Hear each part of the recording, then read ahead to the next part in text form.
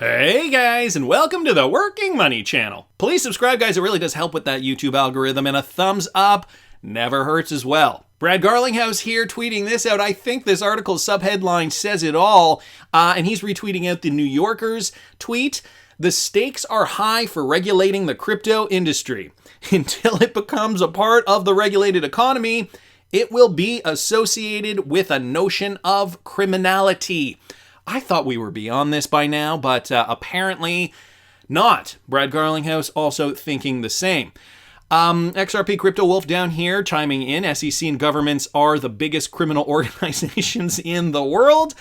Yeah, you're telling me. Everybody's got their eyes on what is going to happen next with the Ripple SEC case. Of course, there's a lot going on with regards to even just cryptocurrency regulatory clarity, and they're talking in this article about cybercrime specifically. Michael at Val5 Links brought this to our attention. So this has to do with U.S. crypto enforcement team to target cybercrime, making the most of Cybersecurity Awareness Month. I didn't know it was Cybersecurity Awareness Month, which marks its 18th year in October. The U.S. Department of Justice has announced it is launching a national cryptocurrency enforcement team targeting cybercrime. So here are some fast facts on this. During the virtual speech at the Aspen Cyber Summit on Wednesday, Deputy Attorney General Lisa Monaco said cryptocurrency exchanges want to be the banks of the future. Well, we need to make sure that folks have the confidence when they're using these systems, and we need to be poised to root out abuse. The point is to protect consumers. Elizabeth Warren has also drafted a bill this week that would force companies and organizations to provide the U.S. Department of Homeland Security data on any ransomware payments made to cyber criminals. So these developments come only days after Joe Biden released a statement calling on the public and private sectors to work together to tackle the issue of cybercrime. So we've heard about President Joe Biden talking about that over the last week or so. He plans to convene a 30-country virtual meeting this month to discuss the issue, touching on Bitcoin and I'm sure other certain privacy cryptocurrencies. And finally down here, the ransomware legislation is an acknowledgement that crime has entered the 21st century, even if the law has not. This coming from Andrew Sullivan, Managing Director at Outset Global. The fact that the internet allows ransomware crimes to be committed from remote locations indicate there's need for global enforcement, although where some of the criminals may be states or state endorsed could mean there is still a problem, but at least it would be more apparent. And I can even just give an example here of North Korea. So the United States, this is a very tricky topic because if we're looking at the regulatory clarity in one nation, we also have to be paying attention to regulatory, not even so much regulatory clarity, but criminality and how to try somebody in another nation if they are perpetrating a crime on U.S. soil, but from a remote location. These are all interesting topics, and of course, a lot of them do have to do with cryptocurrency, stealing digital currency, and so I think this is where it all gets tied in. They're conflating the issues. It's kind of not fair for crypto holders who are just looking to invest in the asset of the future. So this is kind of where we're at here. Meanwhile, we also have the Ripple SEC lawsuit, and here's an updated schedule, guys, from XRP_Crow here on Twitter. October 7th, which is today, the Ripple defendants' response to the SEC's request. So for a telephone conference in order to seek a protective order, relieving the SEC of any obligation to respond to Ripple defendants' request for admission. And then tomorrow, Ripple's response to the SEC's motion for a telephonic conference in order compelling Ripple to search for and produce video and audio tape recordings of internal Ripple meetings where Brad Garlinghouse, Chris Larson, and other key employees spoke on topics relevant to disputes in the lawsuit. And then finally, November 12th, we have the expert discovery deadline, which I think we are all waiting for, and we hope it does not get pushed even further. The deadline to conduct expert discovery is extended to this day here, November 12th. So just to give you guys a quick update on that. And we also have this. So with regards to where the U.S. is going with new rules to quote unquote protect consumers, Janet Yellen has now defended the IRS rule requiring banks to report all transactions over, get this, $600. All right, and Cynthia Loomis here feels like this is a little fishy. The secretary admitted to me that this is not where they will find the so-called tax gap. Her exact words were, "But it's important to have comprehensive information."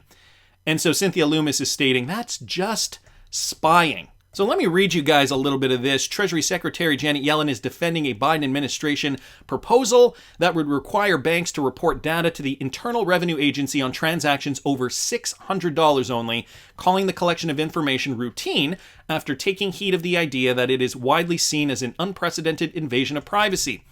During an interview on CNBC's Squawk Box on Tuesday, Yellen was pressed on whether the IRS has the wherewithal to collect more information about taxpayers and bank accounts, including cash flows, something many Republicans have called invasive. Well, of course they do, Yellen said. Right now, on every bank account that earns more than $10 in interest a year, the banks report the interest earned to the IRS. That was her defense on this. That's part of the information base that includes W-2s and reports on dividends in other income that taxpayers earned. So collection of information is routine. I will link this in the description of the video. I just want to touch on this point here. $600, that threshold fairly low for the government looking to see what you're spending your money on. Now, us in the cryptocurrency, XRP community, what have you, we are already very aware of where the elites want this to go. We are aware that CBDCs can be 100% tracked and traced. And so over the next decade, if governments want to usher in CBDCs, of course, this will be part and parcel of our everyday lives. And are they just setting a precedent here? Like, is this just the first step in full surveillance of what you spend every single penny on? They're starting it with transactions over $600 to get the public okay, I suppose, with this idea. Luckily, we have proponents in Senate like Cynthia Lummis who are calling it out. Basically just calling it like it is. That's just spying.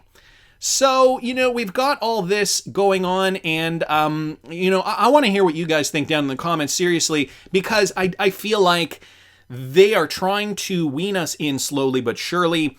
And then once CBDCs have been fully rolled out, I don't know how long that is going to take, but let's say within the next 9 years, then they have us and we're used to it. And so if they can trace and track every single transaction through a central bank digital currency or something similar, we will probably not complain too much, or the us 9 years from now will not complain too much. That's just my thought. So I've also got this, guys, from James Rural XRP, Senator Warren's letter to Gary Gensler on Federal Reserve insider trading. Now, this just goes to the point that there is so much corruption still with the SEC that it reaches far beyond regulating the cryptocurrency industry. I'm writing this to ask that the SEC investigate trading in securities by high-level Federal Reserve officials and determine if any of these ethically questionable transactions may have violated insider trading rules.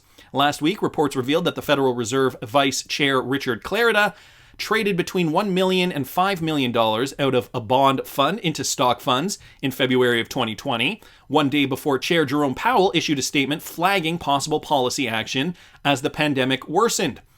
This new report comes within weeks of disclosures revealing that Robert Kaplan, president of the Federal Reserve Bank of Dallas, made multiple million-plus dollar stock trades in 2020, and that Eric Rosengren, president of the Federal Reserve Bank of Boston, listed stakes in 4 separate real estate investment trusts and disclosed multiple purchases and sales in those and other securities. I will link this in the description if you guys want to read the rest.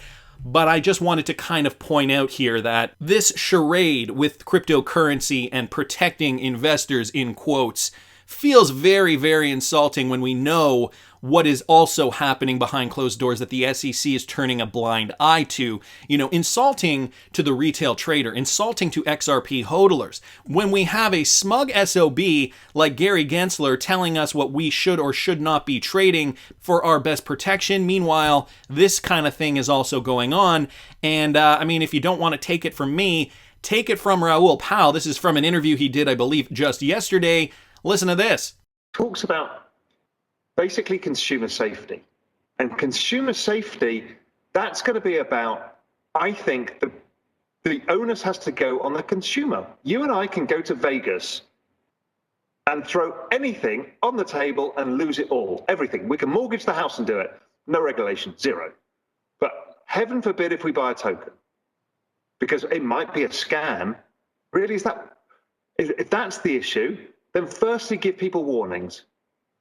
Maybe the exchanges say if you want to buy this, you have to understand it's a high risk asset because it's a low market cap, and therefore you should be aware that you could lose everything. That's okay. Risk warnings are fine.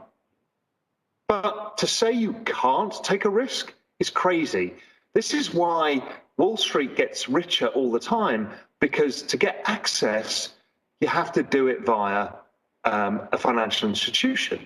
So I'm just going to leave it there a minute into the clip, and I think he really kind of hits that point home. Think about it. You can go to Vegas, bet everything on black or red or whatever, lose everything, mortgage the house, your Rolex watch, whatever you've got, and that's fine, right? So why can't we buy tokens? Very great point here from Raoul Pal. Why can't we buy tokens with the same kind of freedom? Aha! It's because they do not want us to get rich. And I touched on some ideas in a video I did yesterday with regards to the SEC in that recent question and answer period where Gary Gensler was discussing cryptocurrency regulatory clarity and the SEC's stance on that. If you guys didn't catch this video, I'll link it up here in the top right-hand corner. There was his stance on that, and, even the blockchain backer called him out on that, retweeting out Tom Emmer's tweet here. If you guys didn't catch this, this is Tom Emmer basically calling Gary Gensler out. But Gary Gensler, of course, not really giving a satisfying answer. Tom Emmer was relating this question directly to XRP. Of course, we all know Ripple and XRP is in court, and Tom Emmer knows it, and Gary Gensler knows that he knows it, but he just wasn't going to respond. I'm just going to play you guys the last little bit of this. Broad brush. And the investing public is relying on some group of entrepreneurs and computer scientists for their profits. And I'm glad to work with projects, work with Congress if you want to repeal the laws as they are so that fewer people are protected against fraud in these markets. Can you believe it? I mean, I can't believe he can keep a straight face while saying that. Look at this smug SOB. Anyway, so I even went as far as calling Gary Gensler a smug SOB in yesterday's video. And it's so funny that I did, because just today I saw this from XRP Lion 1 here on Twitter, XRP Collective. It is what it is. From any point of view, the face gives away what a person really feels, no matter what they say or do not say. This is a chart just demonstrating some micro facial expressions and how they speak louder than words. So funny that I mentioned his smug face yesterday, because somebody else has also picked up on this. Chair Gensler's response to two different questions from Tom Emmer from yesterday's hearings. Look at this face here. Reminds you of this guy here posing, or this young lady's facial expression down here. Contempt is what it is. Contempt means thinking that someone is beneath you. It's not a nice emotion. Raise one corner of your lip and try to look overconfident. Notice that this is the only emotion displayed unilaterally on one side of the face only. So I think I did hit the nail on the head in yesterday's video.